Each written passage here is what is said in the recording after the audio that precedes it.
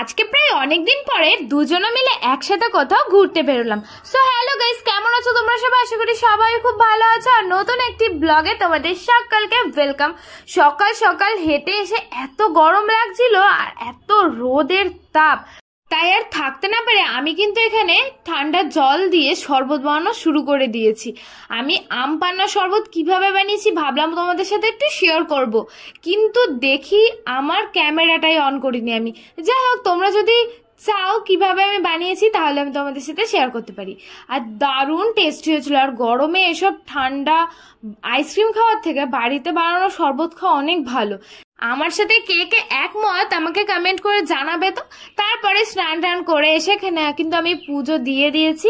যেহেতু আমার বাড়িতে মন্দির আছে তাই এখন তো আর মন্দিরে পুজো দিতে পারছি না, তাই মাসি বাড়িতে যে ঠাকুর রয়েছে তাদেরকেই পুজো দিয়েছি। কি দারুণ লাগছে না?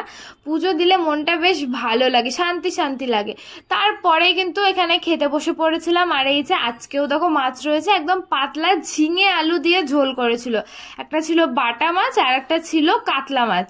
দেখো আমি মাছটা কিন্তু অর্ধেক খেয়ে ফেলেছি। তারপরে মনে পড়েছে আয় রে, আমি তো ভিডিও বানাচ্ছিলাম, তারপরে ভিডিওটা করলাম। আর এই যে আমার গলাতে ওটা কিন্তু চন্দন আর সিঁদুরের ফোঁটা। কেউ আবার উল্টোপাল্টা কমেন্ট করো না, আগে থেকেই বলে দিচ্ছি। খাওয়া দাওয়া করার পরে আমি ঘুমিয়ে পড়েছিলাম। ঘুম থেকে উঠে তোমাদের দাদা ভাই আমাকে বলল যে তাড়াতাড়ি রেডি হও, মেলায় নিয়ে যাব। তো আমি তো তাড়াতাড়ি করে রেডি হয়েছি। আর এই গরমের মধ্যে আমার জিন্স পরতে একদম ভালো লাগছিল না, একদম ক্যাজুয়াল আমি নর্মাল কুর্তি পরেছি। আর এই কুর্তিটা তোমাদের দাদা ভাই আমাকে পয়লা বৈশাখেই দিয়েছিল। অনেকগুলো কুর্তি হয়েছে, বাট এটা এখনো পরা হয়নি, আজকেই ভাঁজটা আমি ভেঙেছি।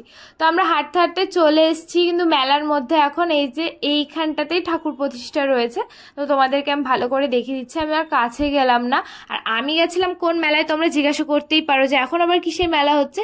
এটা হচ্ছে ইসলাম ফকিরের মেলা হচ্ছে, সেখানেই গেছিলাম। প্রচুর ভিড় ছিল আর আমি প্রথমবারই গেছি। আমাদের বাড়ির ওখানে মেলা হয়, বাট আমি কোনোদিনও যাইনি, এই ফার্স্ট বার গেছি। তো মেলায় গিয়ে তো আর কিছু খেতে ইচ্ছা করলো না, তাই আমি চলে গেছিলাম এই যে সোজা জিলাপির দোকানে। ভাবলাম বাড়ির জন্য কিছু জিলাপি নিয়ে আসবো।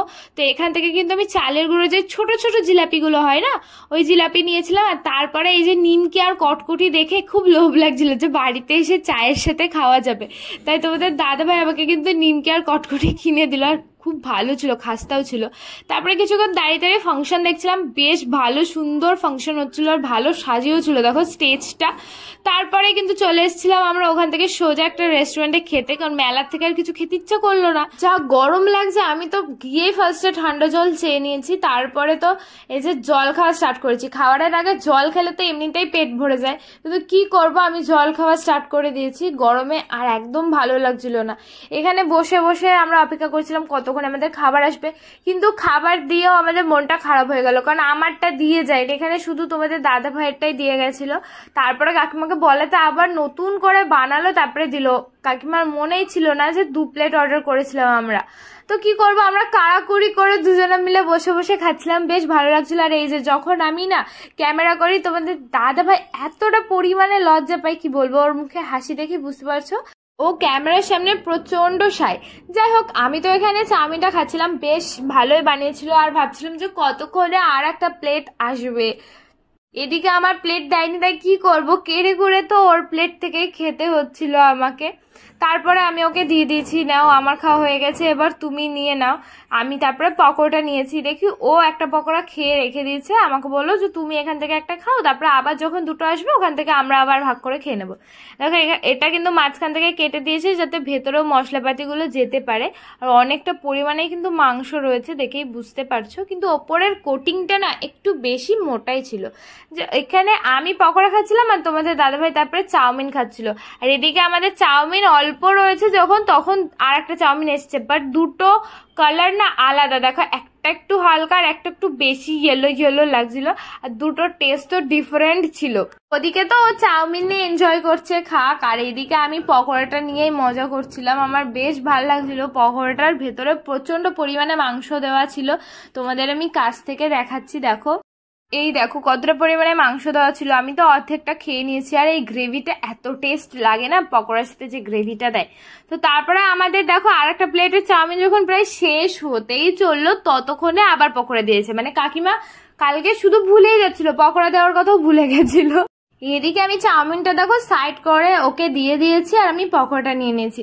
তারপরে তো আমাদের মধ্যে ঝগড়া বেঁধে গেল। আমাকে বলছে যে তুই যদি এখন পকোড়াটা খাস তুই আর চাউমিনটা খাবি না, তাই আগে তুই তোর ভাগের চাউমিনটা খেয়ে নিবি, তারপরে পকোড়াতে হাত দিবি।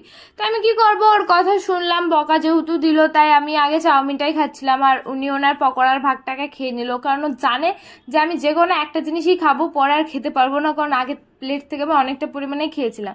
তো তারপর আমাদের খাওয়া দাওয়া কমপ্লিটের পরে এখন বাড়ি যাওয়ার পালা। আর এই যে আমরা এখন দুজনে হাওয়া খেতে খেতে গল্প করতে করতে আমাকেও পৌঁছে দিয়ে আসলো, আর তারপরেই ও বাড়ি চলে এসেছিল আর আমি হেঁটে হেঁটে এখন এই খাবারগুলো নিয়ে চলে গেছিলাম মাসি বাড়িতে। আর যাওয়ার পরে আমার ভাই তো প্রচুর এক্সাইটেড ছিল যে দিদি কি খাবার এনেছে।